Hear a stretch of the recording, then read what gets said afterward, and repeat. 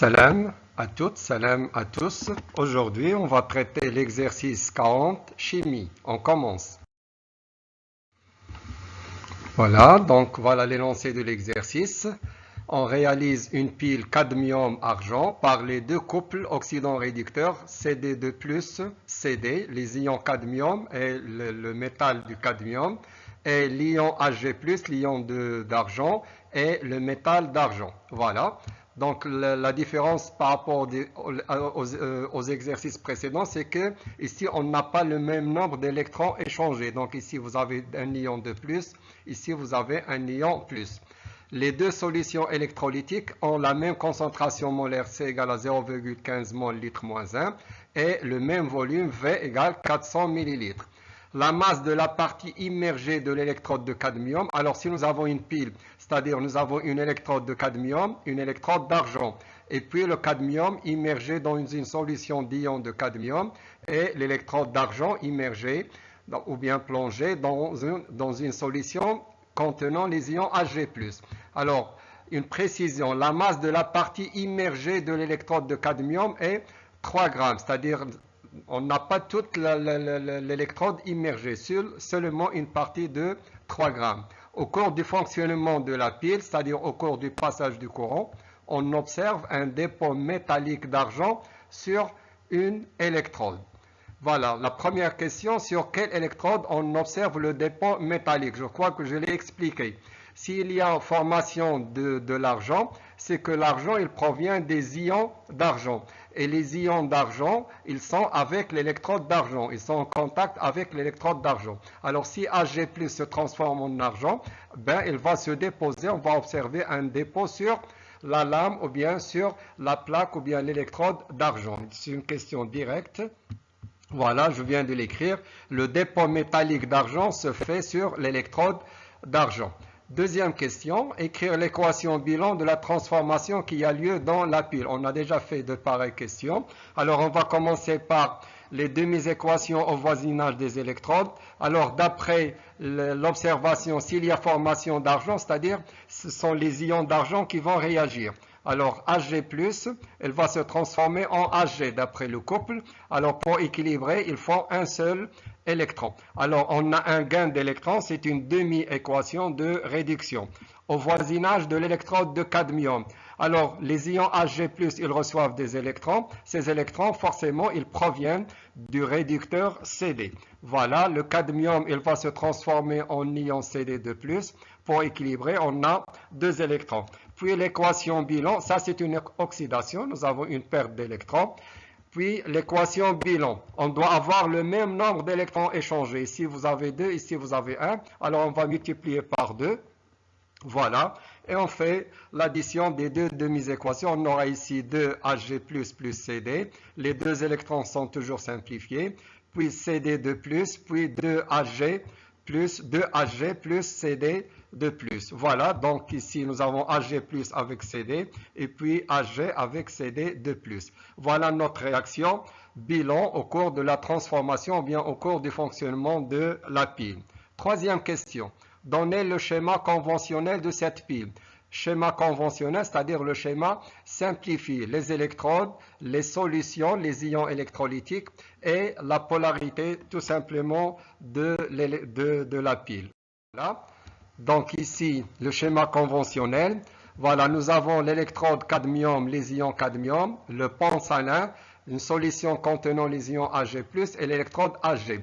Qui libère les électrons? C'est le cadmium qui libère les électrons pour Hg+. Donc les électrons, ils sortent du cadmium, c'est la borne négative, et l'autre, il sera la borne positive. Si les électrons, voilà, sont transférés du cadmium vers l'argent, donc le sens conventionnel du courant, ça va être de l'argent vers le cadmium, et le courant, il sort du pôle positif. Voilà, soit vous raisonnez sur les électrons, soit vous raisonnez sur le sens conventionnel du courant. Quatrième question.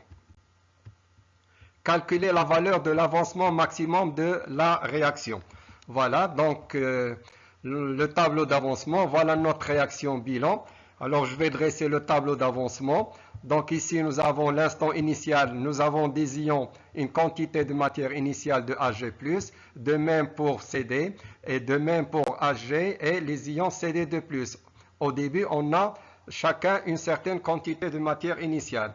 À l'instant final, on aura N0 ici, le coefficient 2 moins 2x max. Ici, vous avez le coefficient 1 moins x max. Ici, vous allez avoir plus 2x max. Ici, plus x max. Alors, on veut déterminer x max. Il nous faut le réactif limitant. Il n'y a aucune information dans l'exercice. Alors, on va appliquer la méthode classique qu'on a vue pendant 2 ans. On va supposer que le premier, c'est le réactif limitant, puis on suppose que le second est le réactif limitant. Alors, si Hg plus est le réactif limitant, donc on aura 0 à l'état final. Voilà, donc on aura N0 moins 2x max. Voilà, j'ai mis 1 ici, c'est-à-dire première valeur possible de l'avancement. Alors, la quantité de matière de Hg+, c'est C fois V. Donc, c'est une solution. On a la concentration, le volume. Puis, on va tirer l'expression de X max. On fait les calculs. Donc, concentration 0,15. Volume 400 fois 10 moins 3 divisé par 2. On aura 3, 10 moins 2 mol. Alors, deuxième cas possible. Si c'est le second réactif qui est le limitant, alors on aura N0 de CD moins X max égale à 0. Puis, quantité de matière de CD, vous avez la masse sur la masse molaire. Donc ici, j'ai mis un 2, c'est-à-dire deuxième solution possible. Et puis, on fait les calculs. On va trouver une autre valeur, 2,6, 10 moins 2. En général, on prend la valeur la plus petite. C'est la première qui va arriver à l'état final. Donc 2,6 inférieur à 3. Donc la valeur réelle de l'avancement, on va prendre la deuxième, c'est-à-dire 2,6 fois 10 moins 2. Donc voilà l'avancement final ou bien l'avancement maximum de la réaction. Question 5. Question 5, on vous demande de calculer la durée de vie de cette pile, sachant que le courant débité a une intensité constante I égale à 0,1 ampère. En général, quand est-ce que la pile cesse de fonctionner? Soit lorsqu'on arrive, le quotient de réaction soit égal à K, et en général, les réactions d'oxydoréduction, ils ont une grande valeur de K, c'est-à-dire d'une autre manière, la réaction elle est totale, donc il faut un réactif limitant. Voilà. Donc maintenant, on va avoir besoin du nombre des électrons. Alors, pour connaître le nombre d'électrons échangés, soit vous passez aux demi-équations, ou bien essayez de faire cette méthode ici.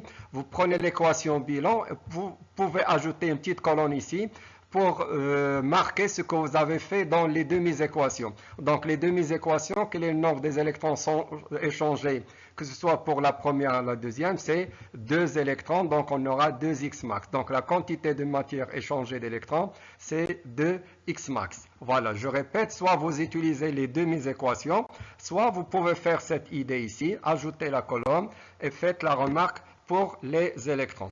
Alors maintenant, on va rappeler l'équation, on sait d'après le cours, I delta T max égale à la quantité de matière des électrons max. Si vous prenez ici la durée maximale, c'est-à-dire la quantité de matière maximale. La constante de Faraday, c'est une constante. Le courant, il est aussi constant. Donc, ce qui varie, c'est la durée et la quantité de matière. On va tirer delta T. Alors, ici, on l'a expliqué. La quantité de matière des électrons, c'est 2x max, d'après le tableau d'avancement. Et puis, on remplace tout simplement. On tire l'expression et on fait les calculs. Delta T max égale à 2x max fois Faraday sur I. Voilà, vous avez dans l'exercice la valeur de constante de Faraday. Ici, le courant, c'est 0,1 ampère. J'ai mis ici la valeur en secondes et je l'ai, ce n'est pas demandé, c'est à peu près 14 heures. Donc, si vous avez une pile qui fonctionne pendant 14 heures, ce n'est pas une courte durée. Donc, on a l'habitude, les piles, on utilise les piles pendant plusieurs semaines ou bien plusieurs mois. Parce que la pile, on ne l'utilise pas d'une manière continue. Ça, c'est le temps d'utilisation. Quand vous appuyez, vous utilisez les piles. Donc, pendant une durée de 14 heures, c'est pas mal. C'est une pile de bonne qualité. Voilà, question numéro 6. Quel est le volume minimal de la solution électrolytique pour la consommation totale du cadmium immergé? Donc, le cadmium, les 3 grammes. Quel est le volume de l'électrolyte nécessaire, le minimum nécessaire pour faire consommer toute la masse de 3 grammes? Ça veut dire quoi la solution électrolytique? Il n'est pas précisé dans la question. Nous avons 2 solutions électrolytiques, celle de CD2+, et la solution de Hg+. Mais est-ce que les 2 solutions réagissent? On sait que ce qui réagit, ce sont Hg+, bien sûr, et non pas CD2+. de plus. Voilà, donc je précise, je prends la réaction bilan que nous avons ici. Voilà notre réaction. Et si vous avez ici, voilà, c'est ça ce qui m'intéresse, c'est le volume de Hg+. C'est quoi N0? On l'a expliqué, c'est C fois V. Alors si vous voulez le volume minimal de Hg+, pour les 3 grammes de CD, donc le minimum, c'est-à-dire il n'y aura pas un excès.